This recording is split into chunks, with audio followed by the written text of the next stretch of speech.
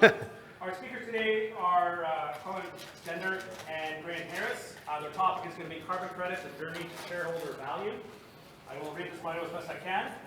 Colin is an oil and gas professional with a background in instrumentation, measurement, software, and environment. He developed a dynamic field service offering combining various deliverables into one field trip, leveraging software that grew Intercrit's field services offerings across Western Canada. Working in the role of Vice President of New Ventures, Colin has launched Intercrit's environmental suite of services ranging from consulting, field services, and product development for carbon credit initiatives. Grant Harris is a sustainability professional with 21 years of experience and has been focused on successfully delivering high-quality projects in Alberta's carbon markets since they were established in 2007. He has worked in the UK and Australia, as well as Canada, and has been involved in the quantification and unification of millions of tons of offset credits in the Alberta marketplace in areas as diverse as acid gas injection, waste heat recovery, biogas and wastewater methane capture, wind power, biomass energy generation, energy efficiency, and pneumatic controllers. Working closely with AEP, he led the revision of the Alberta Solution Gas Conservation Protocol with the new vent gas reduction protocol, which was published here at the end of 2021. Between 2010 and 2020, Graham was a contract trainer with the Canadian Standards Association, the CSA, and taught CSA certificate courses on the International Greenhouse Gas Accounting Standards, ISO 14064.1, 2, and 3, to hundreds of students across North America. Without further ado, Colin and Grant. Thank you. Awesome, thank you. All right.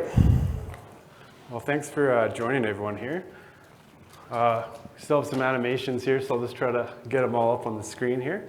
But yeah, great to see a full house here. So today we're going to talk a little bit more of we're going to have more of a story, a bit of a fable here about this guy. His name's Jim. So poor Jim. We're gonna start out feeling bad for Jim, I think, but by the end, I think we're going to be a little envious of him. So Jim here is he's working for a company by the name of ABC Energy, and it's a public-owned company that's fairly small and it's growing. So he's got a few different things to consider in his role. His role is the environmental manager for the company. So he feels like he has a few competing priorities to deal with. He's got the shareholder value side of things. He's got the regulations to think about. And then he, of course, has to think about being profitable. So he's wondering, how am I going to make all these things work together and not against each other? All while, wearing various hats. I'm sure a few of us in the room can attest to that, just, doing multiple jobs. So that's kind of what Jim has going on in his world. So his current challenges that he's kind of facing is that the company was built on a number of legacy producers. So they bought up a bunch of different assets across Alberta. And with that comes the challenge of not having a good inventory of their emission sources, whether that's pneumatics or tank vents or even engines and boilers and heaters.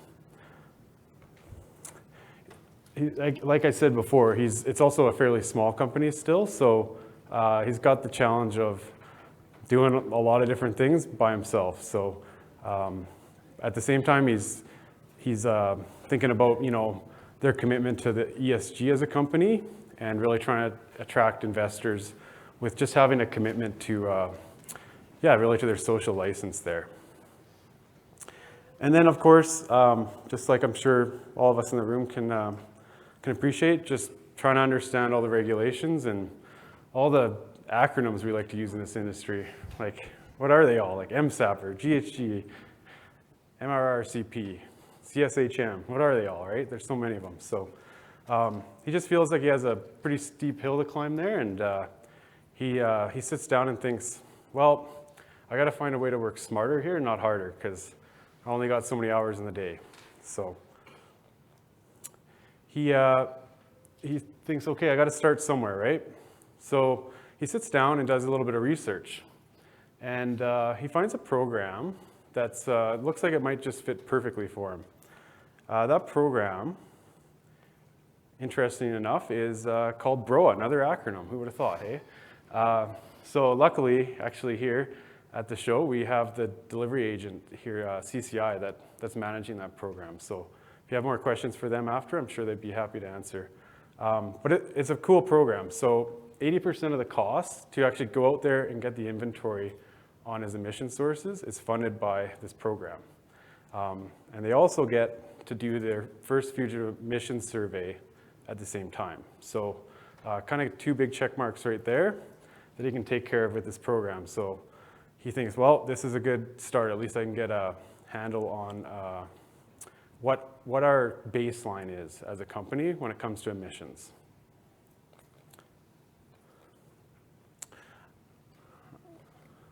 So yeah, he gets a hold of a vendor that actually can work on this program, and he starts scoping it out and working with them to actually get into the field and start collecting the data. After you, Graham. Yeah. Cool. Thanks. So I'm going to take over the story here for a little bit. So one of the great outputs from this BROA program for Jim is that he now has, for the first time, a comprehensive inventory of all his pneumatic devices, fugitive emissions and his other GHG emission sources as well. So everything that Jim needs to do in his job, his regulatory compliance, his ESG reporting, target setting, engaging with his ops team, all of this has just become a whole load easier because he's now got information about what's going on. He's got an overview of his emissions profile and the significance of different sources of emissions in the organization. So as such, he's now in a position to analyze his organization, make effective plans for organizational compliance and emission reductions rather than just reacting to things as they come up or guessing where his time is best spent, right? So he's got a good foundation now. As the old adage says, if you can't measure, you can't improve. So he's now in a good position to go ahead. So his next step now is to figure out, okay, what can he actually do about these emissions? So here's the information Jim's got back. Here's his inventory. So he sees that ABC Energy's total footprint's around 36,400 odd tons of carbon dioxide equivalent a year. He also now sees that his #1 contributor is the category of stationary fuel combustion emissions. So boilers, heaters, gas-driven compressor engines, and that kind of thing. In addition, he's now able to see the contribution of flaring, venting from pneumatic instruments, venting from other sources, and unintended leaks, so his fugitives, right? He's also, through his research, he's become aware, of TIER. Probably a lot of you have heard of this as well, the Technology Innovation and Emission Reduction Regulation. And with the new inventory in hand, he devotes some time to reading up about this. So just see. So he confirms, as he thought, that ABC Energy is too small to be considered a large final emitter. That's a category that covers individual facilities that emit over 100,000 tons of carbon dioxide in a year. Those facilities have emission reduction obligations that cover all of their sources. He has, though, let me see, I get these all up on screen, that'll be a lot easier. There we go. So he discovers that, but he also discovers that as he's been paying the federal fuel charge up till now, he'd actually been better off opting into TIER as an aggregated facility. This will mean that he doesn't need to pay that federal fuel charge anymore. Instead, he'll just have to pay to reduce his stationary fuel combustion emissions only. He will have to submit a third-party verified compliance report as part of this and meet those emission reduction obligations, but he doesn't need to worry about flaring, venting, or fugitives as part of this compliance framework, although he still needs to meet, of course, the requirements of Directive D60.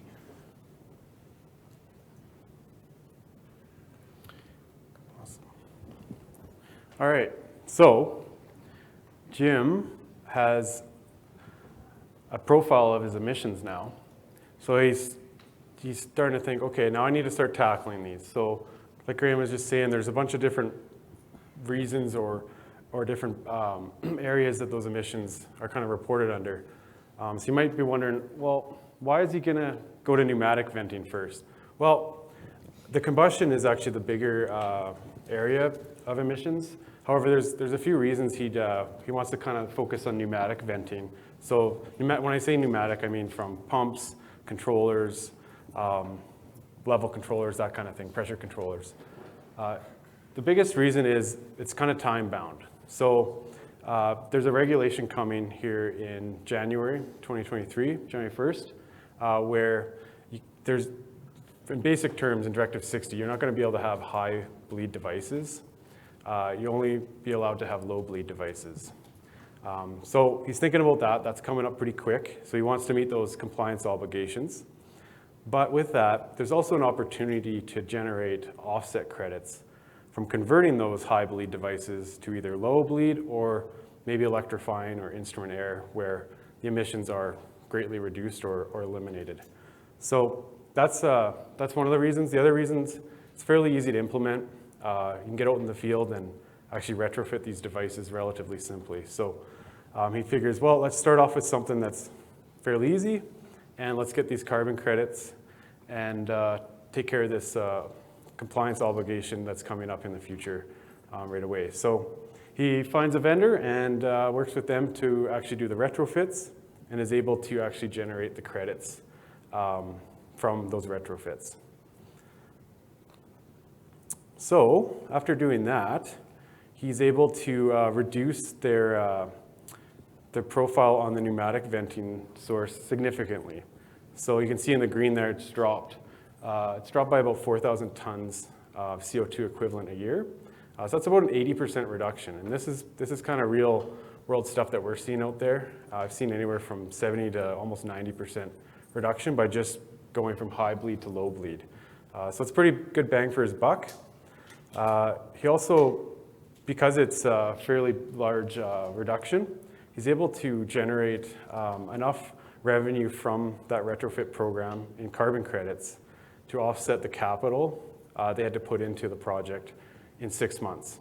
So he's able to basically meet compliance obligations and fund it through the project itself.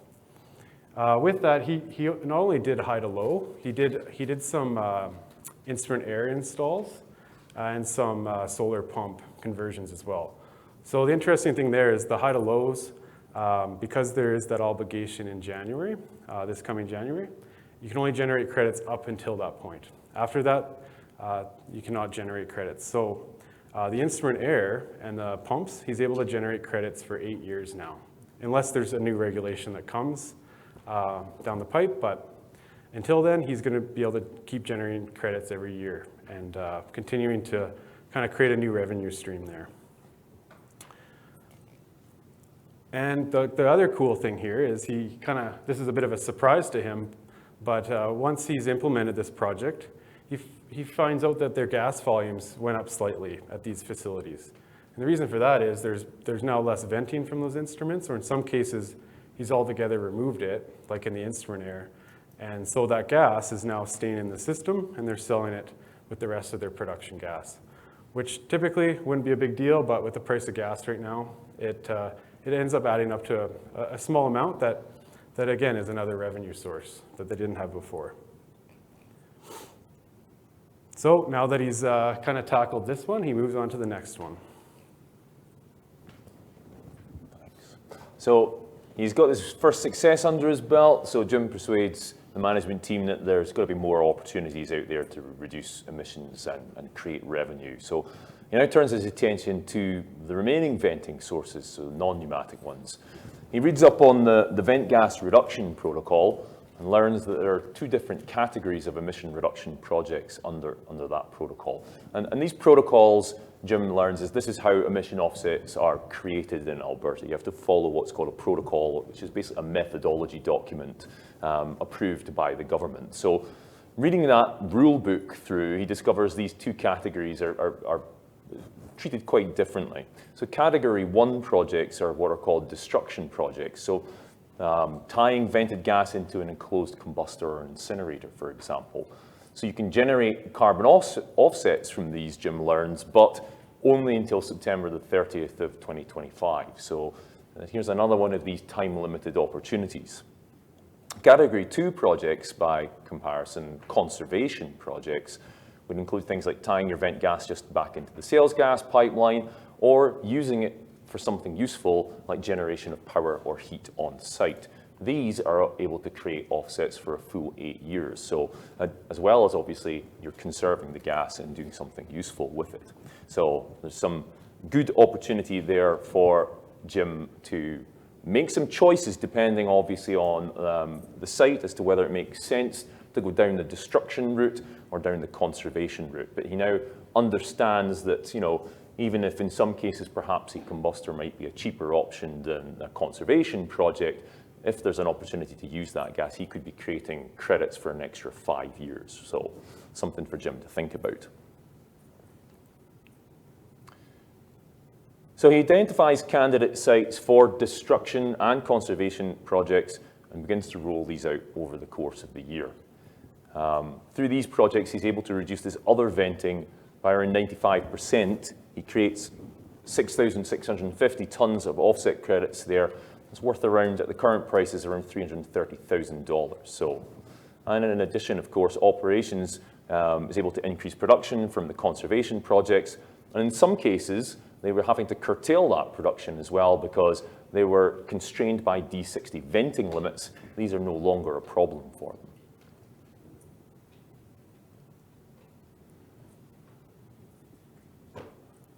So this is where we're looking. And so by the end of the year, Jim's feeling pretty pleased with himself. He's substantially reduced emissions for ABC Energy, and at the same time, he's generated an increase in production and a new revenue stream for the company. So, you know, he's feeling really pumped up, and he decides he's going to now tackle his last direct methane source of fugitive emissions. Awesome. Not working? There it goes. Okay. Yeah, he starts thinking about fugitives. So I'm not sure if everyone knows what a fugitive is, but it's basically a leak. It's something that you don't intend to have leaking methane. So he looks at that, and because he started to work with the vendors through the course of this, and like I said, with the BROA program, and he engaged a few different vendors, and one of them luckily had some software that was able to help him manage the data as they did their first survey, and he had a good understanding of the inventory that was out there in leaks and what that looked like from an emission source. So he uses that software to kind of prioritize which ones are the priority from a regulatory standpoint and from a HSE standpoint, and he kind of tackles those. And the way he does it is he actually takes some of the new revenue stream from the pneumatic venting and the vent gas reduction projects, and he uses that to actually fund the repairs. So he's able to go to his management team and say, look, guys, we've got this other source, but great news, we can take care of it with the new revenue I have. So he goes out and does that, and that through that program, he's able to reduce it by another 75%. Again, bringing down another source there. So now he's getting pretty confident. So he's thinking, okay, I'm ready to tackle this big one, the more complex one, stationary combustion. So he thinks, okay, well, this worked last time, I'm going to do it again. I'm going to do a little research here. So he finds another program out there. Now this one's through the Emission Reduction Alberta, and it's called the SPEED program. Again, we love our acronyms. So what does SPEED mean? It's Small Producers Energy Efficiency Deployment Program, like pretty big mouthful, right? So he looks into it, and it looks really well suited to him, actually. It covers three main areas. So compressor engine air-to-fuel ratio management, and pump jack electrification, and rich to lean burn conversions. So kind of everything on stationary combustion, right? It could be pump jacks, could be compressor engines, even generators. So he does some more digging, finds another vendor that's able to work with him on this, and they go out and do some retrofits on some of their equipment. And through this whole journey, he also has been working on their MSAPR program, which is multi-sector air pollutants regulation. Another good one. So anyways, they're doing some testing, and they figure out which engines are the problem in their fleet that have high emissions. So he goes after those with this program, and he's able to now go out and retrofit and take care of a few of the emissions sources and bring them down. So through that campaign, he does a bunch of air-to-fuel and some pump jack electrification.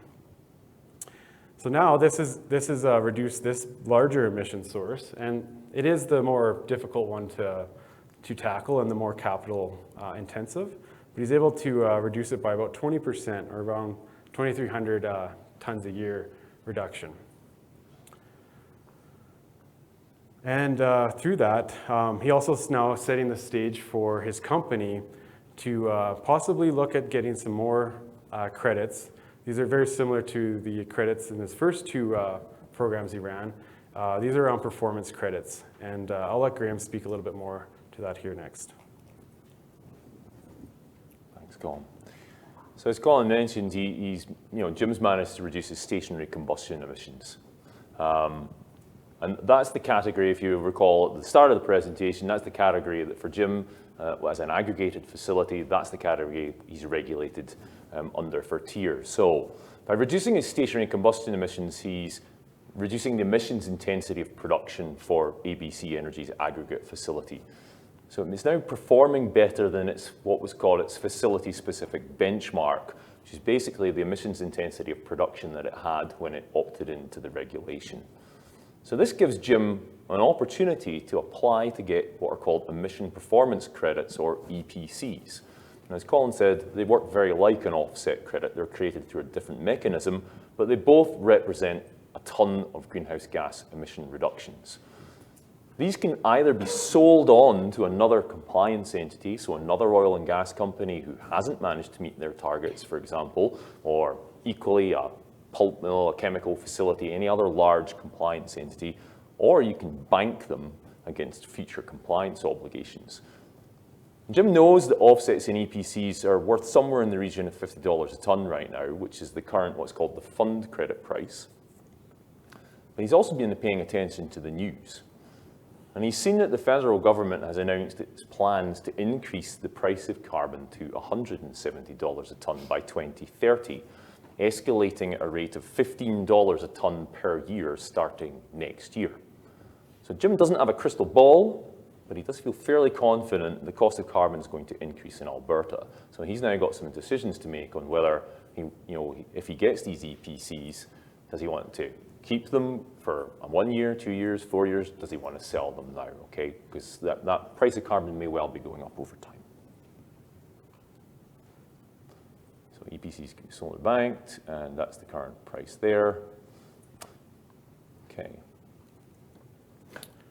So Jim's had a pretty amazing couple of years. He's had plenty of successes in reducing his emissions, improving ABC Energy's ESG performance, and creating new revenue for the company. And this is something that I've actually seen happen with real people like yourselves, actual people, where folks who've been handed this portfolio, they've got ESG on their plate, they've got HSE on their plate, they've got everything. They handle all this stuff in a company, and they're busy all the time. And they're used to just going to their bosses and saying, yeah, boss, we've got another regulation to comply with, I need more money. Jim's suddenly found that over the last couple of years, he's gone from just asking for money to creating money for his company. And that's changed how he is perceived how his whole department is perceived within the company. He's no longer just seen as a cost center. They're actually understanding that by taking positive, proactive actions on emissions, they can actually be creating a new revenue stream. And he finds that this makes him feel rather good about going into work every day. So with that behind him, and his new kind of, confidence in himself and his colleagues' kind of confidence that he's proven out that these projects can actually pay for themselves, he thinks to himself, well, maybe we can go for something even bigger here. So far, Jim's efforts have really focused on ABC Energy's direct emissions, so what are also known as Scope 1 emission sources. These are the ones that have been covered by Tier and D60. But as he's compiling his annual ESG report, he starts thinking about, well, what about my other emission sources, my kind of Scope 2 emissions, things like electricity. And he's driving home one day, and he's listening to a talk show, and he learns, he's intrigued but not entirely surprised to learn that here in sunny blue sky Alberta, we actually have the second best solar resource in the country. So he starts thinking to himself, maybe we could generate some of our own electricity from solar panels to reduce our Scope 2 emission sources and get another ESG win under our belts. So he goes out and he speaks to some solar installers and finds out that not only can he reduce his electricity costs with solar panels, in Alberta you can actually get paid if you generate more than you need, you can sell it back onto the grid. So he thinks this is a win. His installer then also lets him know that solar can potentially be eligible for offset credits as well, further improving the payback on the system, or again, remember, these could be banked for future compliance obligations if TIER ends up getting more stringent over time. Now, he's not looking at a utility scale system, ABC Energy still, that's not their role. They're still, an oil and gas producer. But he's looking at what would still be considered to be a microgeneration system in Alberta, something under 5 megawatts. So his installer directs him, therefore, to a solar offset aggregator who can pool those credits together in a cost-effective fashion and sell them on his behalf, because he doesn't have enough to do this on his own. And he finds out that his system, his 200 kilowatt system, could be bringing in somewhere between $45,000 and $100,000 in offset credit revenue over 10 years, depending on what happens to the carbon price. As we said, Jim doesn't have a crystal ball, but he feels fairly confident the price is going up. Okay, I'll let Colin wrap us up. Awesome. All right, so like I said, I think at first we were feeling a little bit bad for Jim, but I think by now we're like, holy man, that Jim's a rock star here. He's now he's not just costing money, he's making money. So he's pretty happy with himself. So yeah, what are some of the results? He's got increased production from the assets, right? He's reduced some of that fuel gas usage and turned that back into a sellable product. He's created some new revenue streams through various different streams of carbon credits, right? We talked about EPCs and offsets. He's also he's not only met, he's exceeded their compliance obligations. So he's actually kind of leading the industry. Again, if he's generating EPCs, he's actually below the industry benchmark. So, and yeah, the future regulations coming, he feels like he's rock solid and ready for those to be implemented. Overall, he was able to reduce his Scope 1 emissions by around 48%, which is fairly significant in 2 years. And Graham and I sat down yesterday. We thought, we feel this is actually doable in 2 years, which is kind of interesting. Mm-hmm. Able to actually cut their emissions in half. There's a lot of talk in industry that this is almost impossible. This work we have to do, right? But just with these examples, he's able to cut their emissions in half in 2 years. And then, yeah, of course, their shareholder values increased through increased revenue and just, their investor confidence, right? Just through, they're not just writing it on a piece of paper that they're doing these things. They actually have done these things. The other cool things that he has in place is he actually has some business processes implemented, right? He's got a working leak detection program, their methane reduction compliance plan, which is a requirement here in Alberta. He's got that obviously in action. So he's got lots of different things working and systems and processes happening that this will now stay evergreen. It's not like he's going to be stuck in another year or two where he has to go out and get an inventory again. He's got it manageable now. And now he can just, now that he's kind of got this in order, he can probably look at other areas in the business to continue to optimize. So yeah, that's it. Looking forward to everyone's questions. Thank you.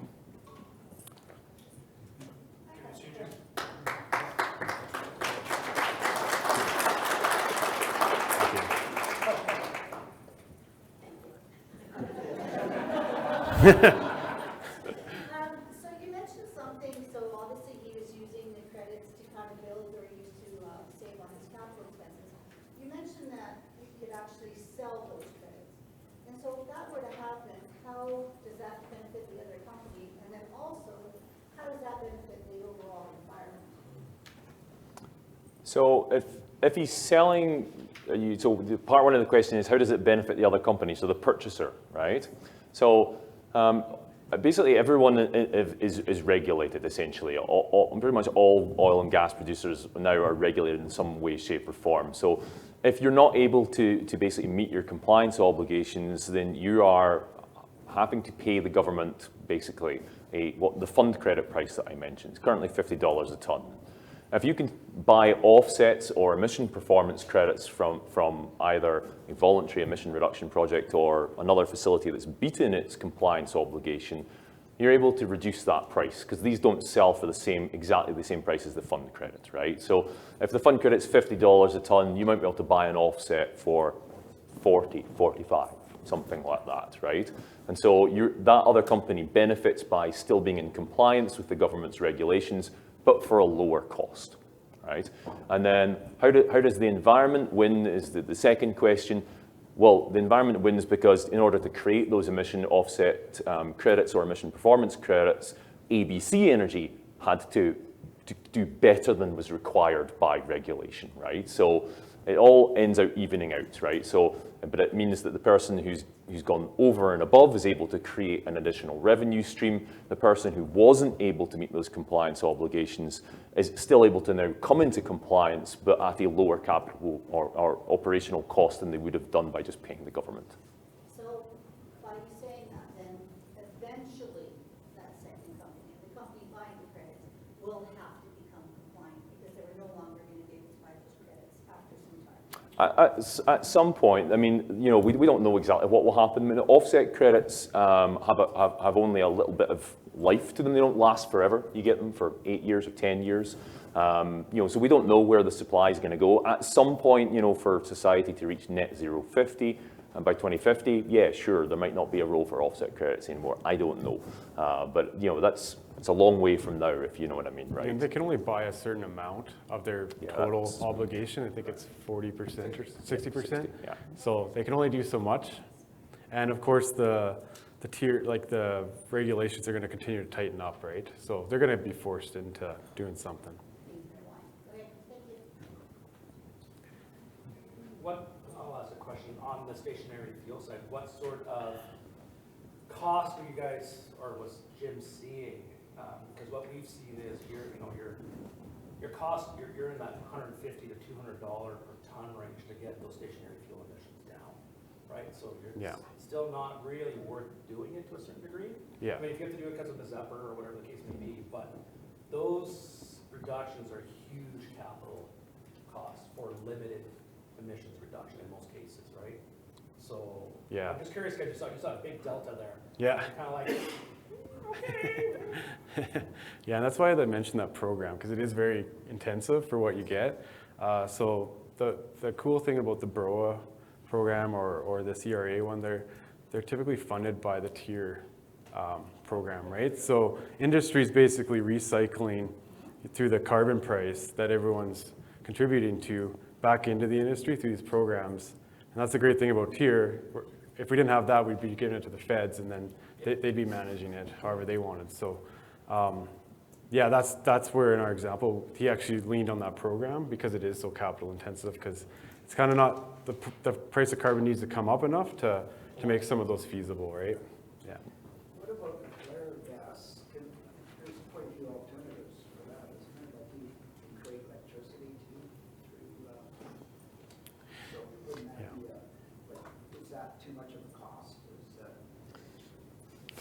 For the purpose of our kind of fictitious journey here, the reason we didn't talk about things like flare gas to power isn't because it's not technically feasible, but it's not eligible for offset credits. Yeah, which is why we didn't include that. But you're quite right, and yeah, for Jim's company, flaring was a pretty big emission source. So that's probably something you might want to look at too, but it wasn't part of his carbon credit journey, so we didn't talk about that today. Yes. Good catch.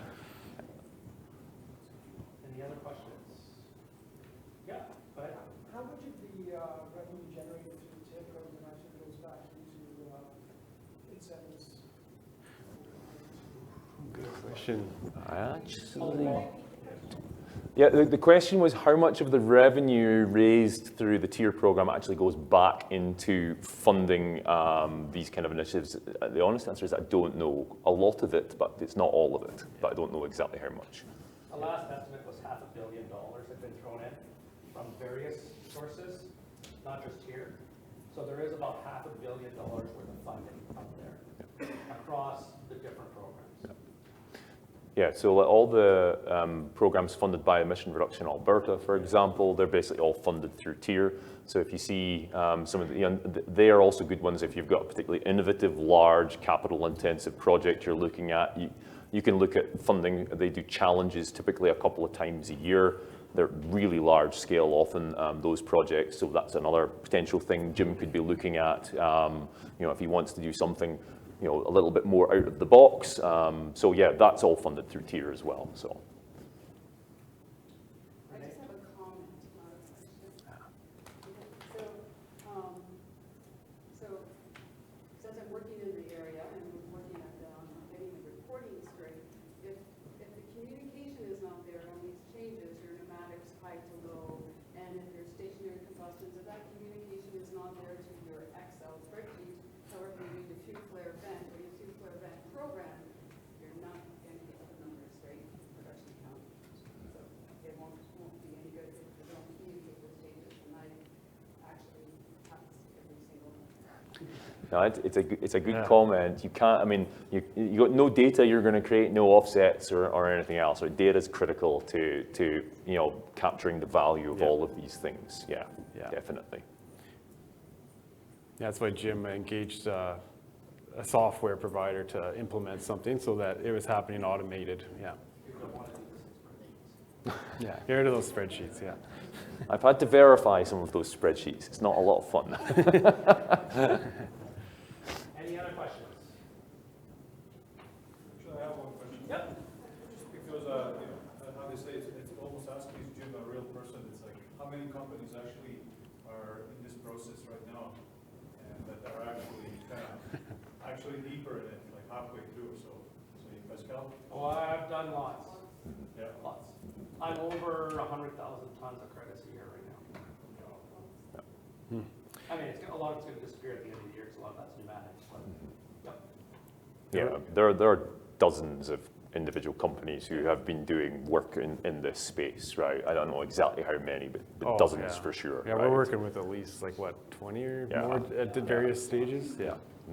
Several dozens, not just one or two dozens, Yeah. right? There's a lot of companies who have been trying to do this, but equally we're aware that not everyone is, still there yet. So I'm trying to get that message out to folks. We're probably into 40 or 50. There we go. There you go.